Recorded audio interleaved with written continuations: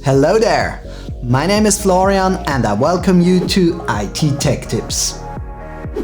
In the last episode, which was part 1 of this 2-part episode, we talked about the theoretical background of choosing the right components for your specific needs for building a PC. And in this episode we're actually going to build this PC, and I'm going to show you a few neat tricks you need to know if you're a beginner in building a PC. I'm going into details, so this video will be rather long, but this way you will have a chance as an absolute beginner to have a successful build of your own first PC, which will be really satisfying, I can guarantee you that. So let's have a look.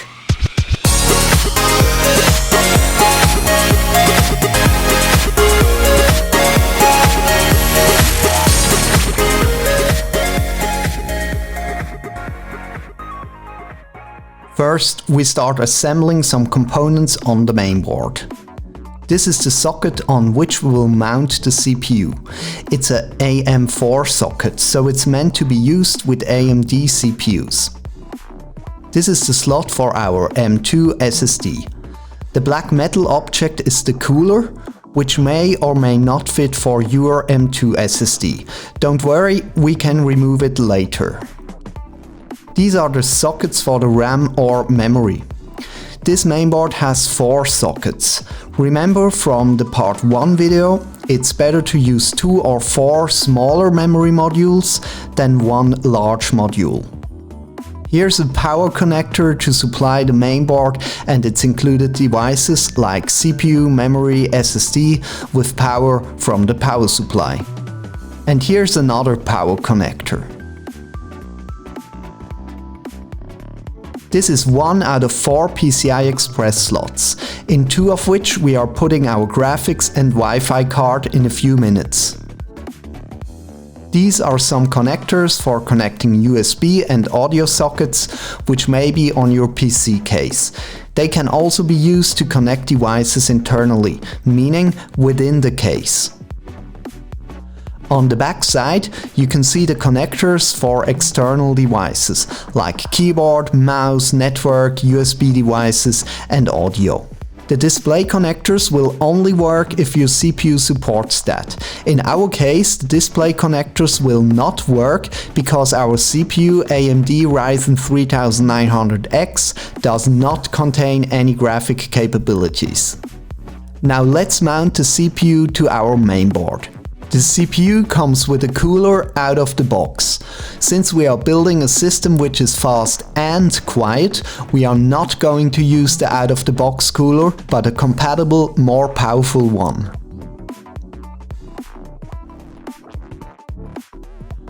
First, we got to remove the brackets on the mainboard, which are meant to hold the default CPU cooler which came with our CPU. Our own cooler is using another mounting system.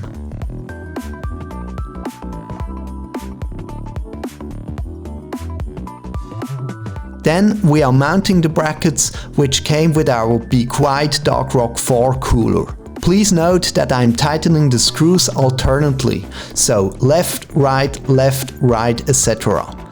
Make sure that the screws are tightened firmly, but do not break the mainboard.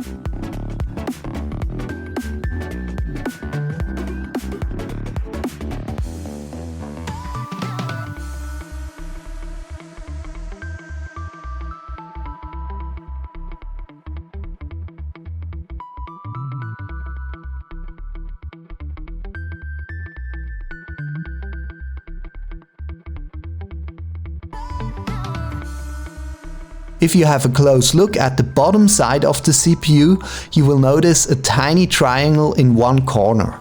Make sure it will match the tiny triangle on the mainboard when inserting the CPU in a few seconds. Open the lever next to the CPU socket. Insert the CPU correctly oriented. You don't have to apply any force, it should fit easily in. Then close the lever. Your CPU cooler will come with either thermal paste, as shown here, or with a thermal pad. This will help transferring heat from the CPU to the cooler. Some people say that you have to apply only a tiny bit of thermal paste to the middle of the CPU.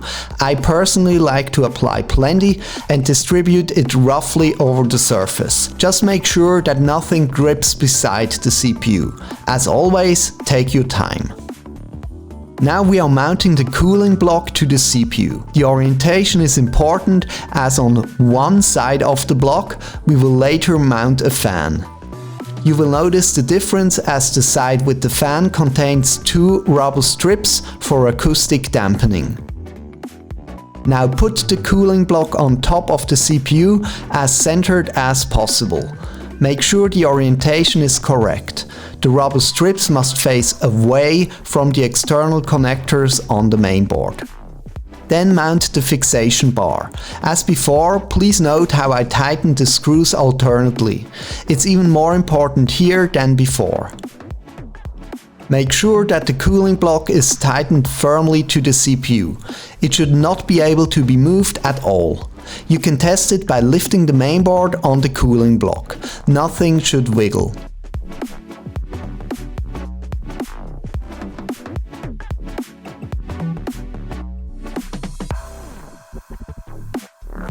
Here you see the connector for the CPU fan we are going to mount in a few moments.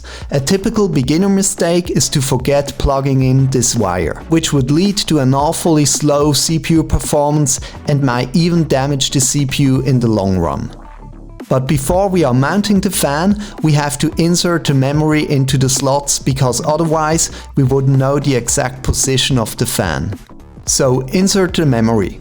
If you only have two memory modules, consult the manual of your mainboard for which slots you have to use. Typically it's slot 0 and 2. Now we can mount the fan using the metal clips. This is a bit tricky. Don't apply too much force because you might break or bend the metal clips.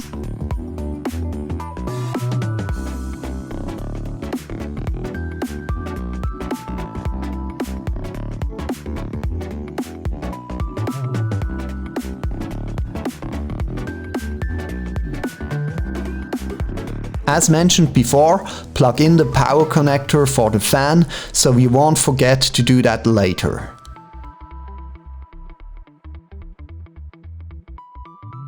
To insert our M2 SSD, we have to remove the pre-installed cooler from the mainboard first.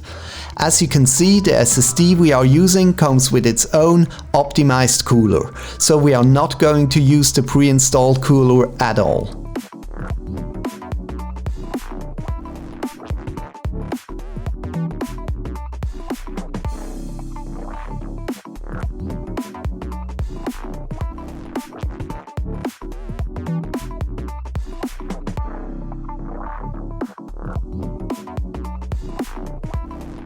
Slide the SSD into the slot. You have to apply a little bit of force. Make sure the SSD is oriented correctly.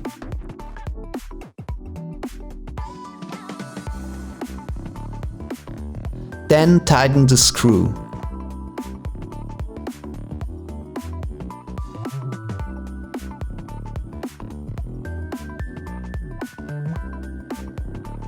Here's our mainboard containing CPU, RAM, SSD and a high-quality cooler.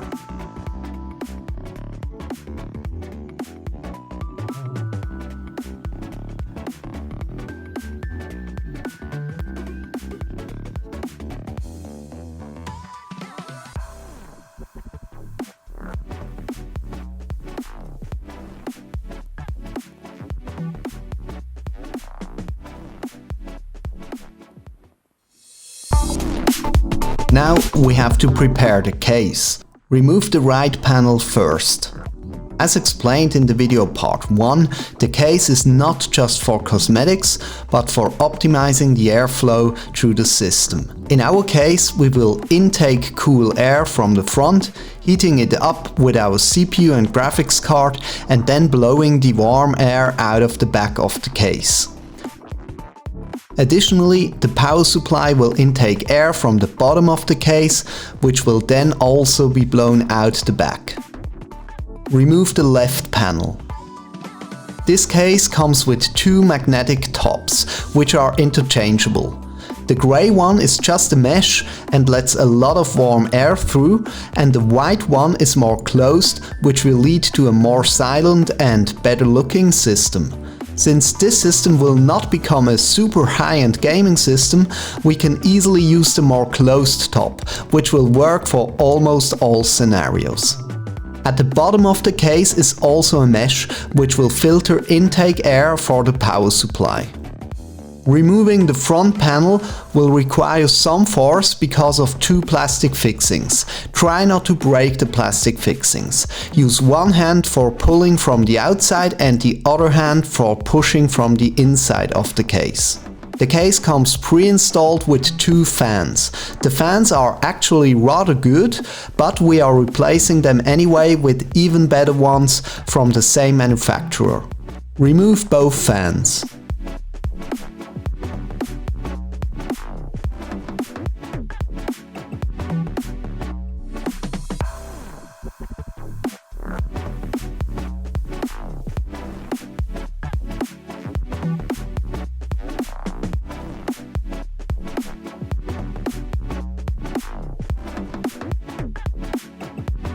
This is our prepared case. Note that we have some connectors which are for the power button, USB slots and the headphone sockets at the top of the case. Before we do anything else, we must prepare our 3 fans, which will upgrade the 2 fans which came with the case. There are 2 ways for attaching the fans. We could screw them on like the pre-installed ones, or we can use a special rubber mounting system which dampens vibrations from the fans. We are going for the second option, and for that we have to mount the plastic fixings to each corner of each fan. On each corner there's a S and a L. Make sure that the S is on the same side as the Be Quiet logo and the L is facing away from it. Sliding them on is quite tricky. You must apply some force without bending or breaking the fans. With this plastic nails, we will later fix the fans to the case.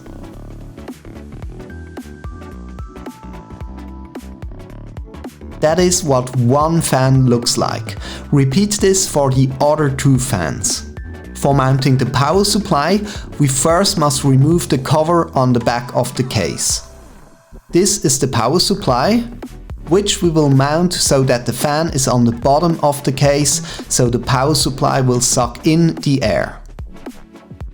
And these are the power connectors to the mainboard. Remember that there's 2 places where we have to connect power to the mainboard. We are going to need additional power for our graphics card later. That's why we must add the respective power cable to the power supply. Now slide the power supply in the case and reattach the cover you've just removed.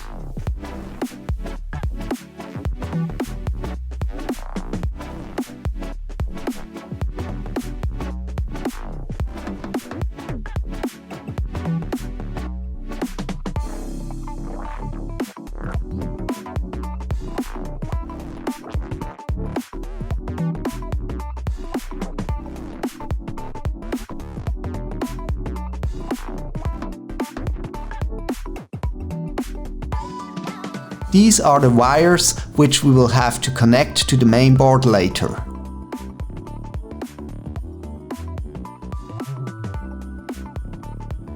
This is the place the mainboard will be inserted to. Note the black spacer screws. Depending on the case you have, you will have to insert these spacers first for yourself. In this case, they come pre-mounted, which is really helpful. Carefully insert the mainboard into the case. Try not to scratch the bottom side of the mainboard. Then use the screws provided with your case to tighten the mainboard to the spacer screws. Double check that you did not miss any, because otherwise the board might bend when you insert or remove devices. The mainboard will now stay in place when you move the case. Find a good spot where you can put the wiring for the case panel connectors through. Probably the most difficult part in this build is connecting the power switch and power LED correctly to the mainboard. Read the instructions of the mainboard carefully.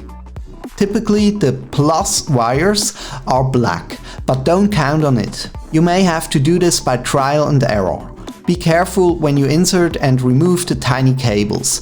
It's better to read the manual carefully and doing it right the first time than rewiring it later. Add the USB connectors, the audio connectors, and the fiddly part for the power switch and power LED.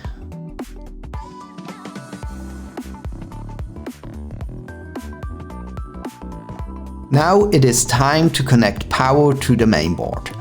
Also bring the cable for the graphics card to the front while you're at it.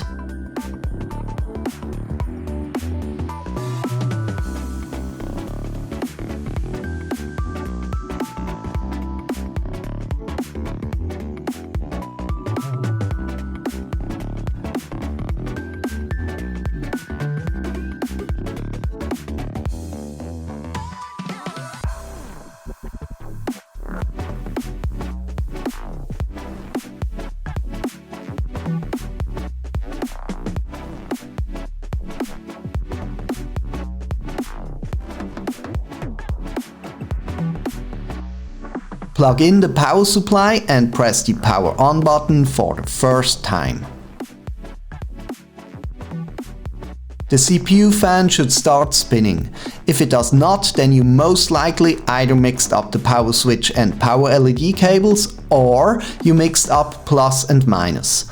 Luckily, at this point you can easily change it, because the part is still accessible. Make sure to power off the system and wait a few seconds before touching anything on the mainboard. When the fan is spinning, touch the cooler after a few seconds. It should be hardly above room temperature. If it's hot, you made a mistake when applying the thermal paste to the CPU, or the cooler is not centered properly above the CPU. Now let's mount our special case coolers in the front so they suck in the air. The large label must face the front of the case, so the same orientation as the CPU fan.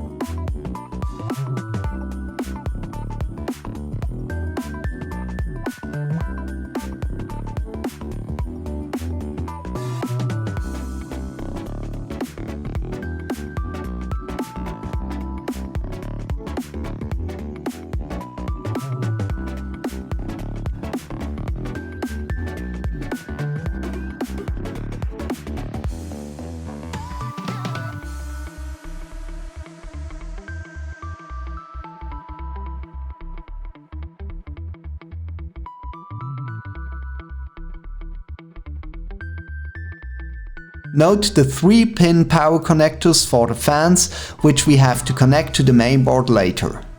Now mount the fan in the back of the case. You know the drill. Orient the cooler so the warm air gets blown out of the case.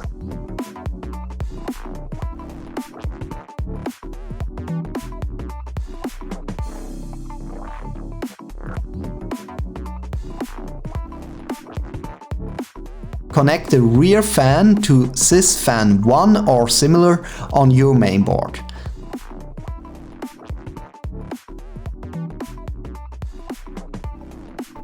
The lower fan on the front to sys fan 3 or whatever power connector is closest, and the upper fan on the front to sys fan 2 or whatever power connector is closest. Here's a quick recap for the case fans.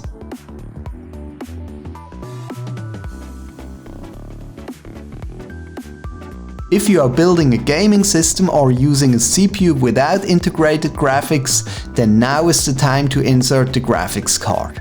I selected a Sapphire Pulse for this project because it has a dual BIOS, with settings for performance and silence. In silent mode, the GPU will run slightly slower, but keeps the fan spinning at lower speed, so the system is overall more silent. Flip the tiny switch if you want to change from performance mode, which is the default, to silent mode. This is where the card is going. Remove 2 slot covers at the back of the case to make room for the connectors. Then insert the card and tighten the screws.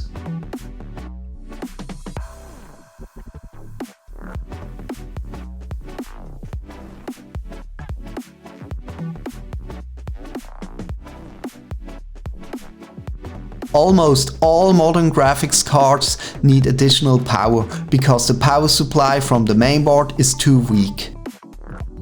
So insert the power cable we've prepared before into the graphics card.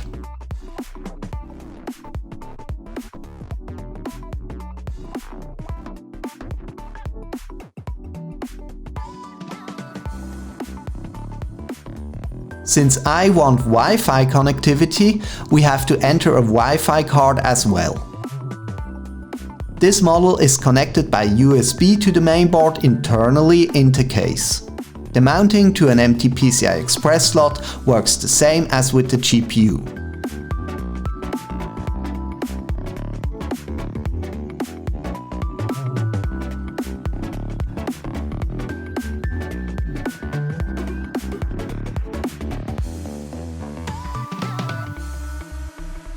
Now power on the system for the second time to make sure that everything is working. Don't worry if the fans of the GPU are not spinning. Most GPUs only start the fans above a certain temperature threshold.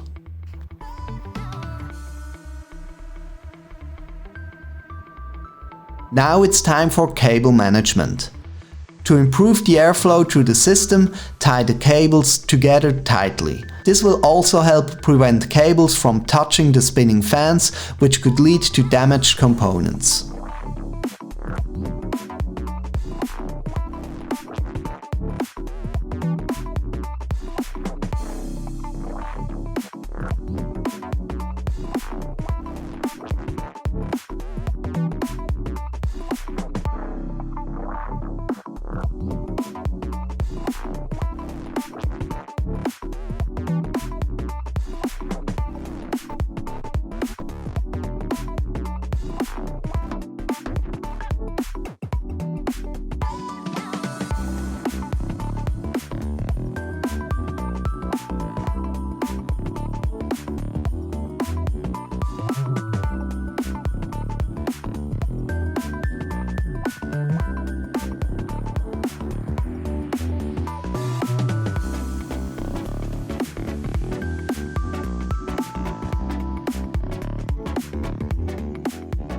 Mount the side and front panels.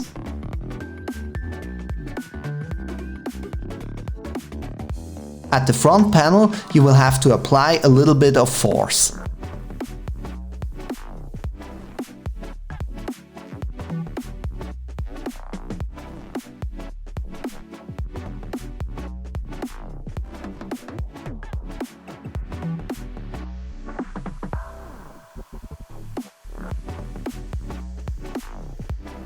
This is the final power on test before we can configure the BIOS and operating system.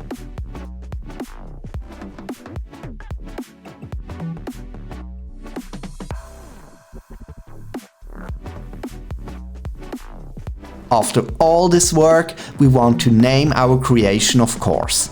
I've called mine Power Tower 1.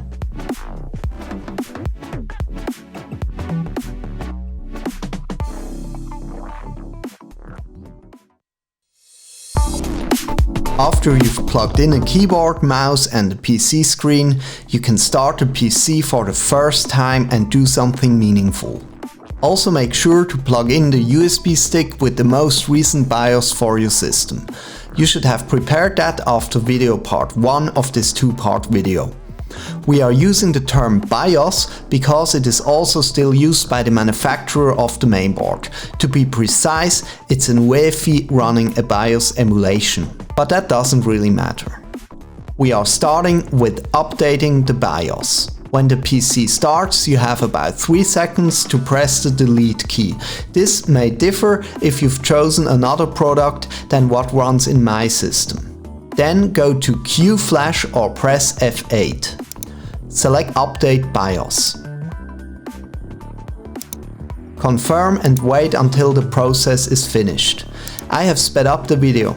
Make very sure that you don't have any power interruptions during this process and don't power off the system.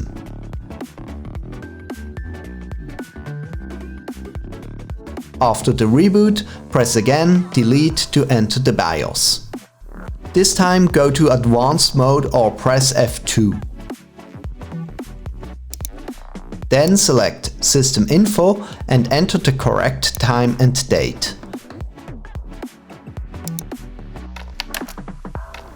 After doing so, click this button or press F6. Since we are using high quality fans, we can tune them down so they run more silent. For this video, I am just using the default settings here, but feel free to fine-tune everything to get the best temperature to noise ratio for your use case. It took me about half an hour to get everything perfect. Set the settings to these values. I assume that you plugged in the fans at the same positions I've showed in the video. Now save and exit and insert the installation media for your operating system. This is preferably a USB stick that you have created beforehand using the Windows Media Creation Toolkit. After the reboot, the installer will start. It should be pretty self-explanatory when you manage to get this far. Choose your language and regional settings, enter the product key and read and accept the licensing agreement. My recording is in German because I've installed a German language version.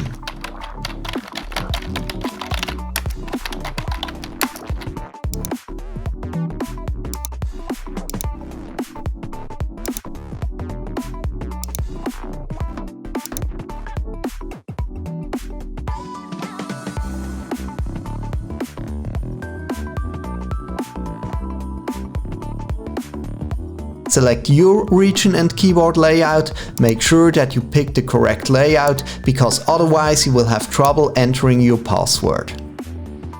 Then select your Wi-Fi network if you want to connect by Wi-Fi. This message may not appear in your installation if you've plugged in an Ethernet cable and have a DHCP server running in your network, which most networks do.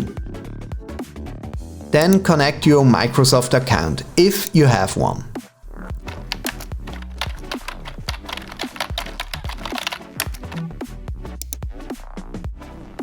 Pick a secure PIN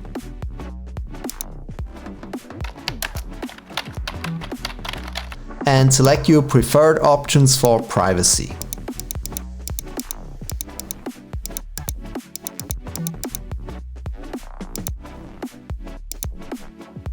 Now watch the CPU core count in Task Manager and enjoy your work.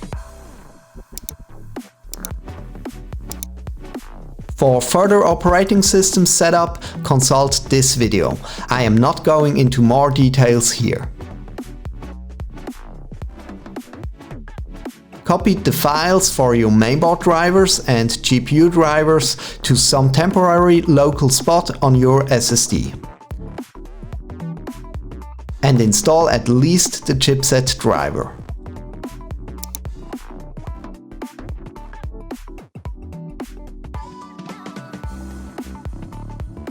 Then reboot your system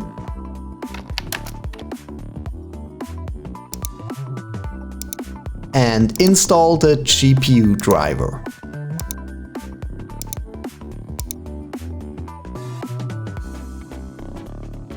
After another reboot, you should be able to set a proper resolution for your screen.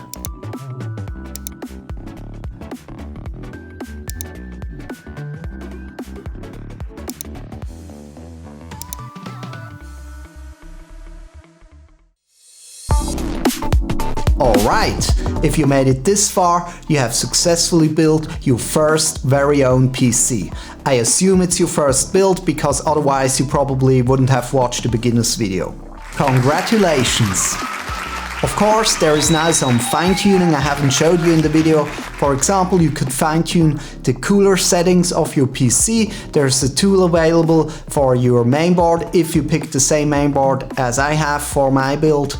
but most mainboard manufacturers provide a tool, and there you can really fine-tune the settings for your CPU. You can test first how much heat it does produce, and then keep it at like 50-55 degrees Celsius for an idle level, and tune the fans slightly up if the system is doing some more demanding work which heats up the CPU even more. I hope you have a lot of fun with your system.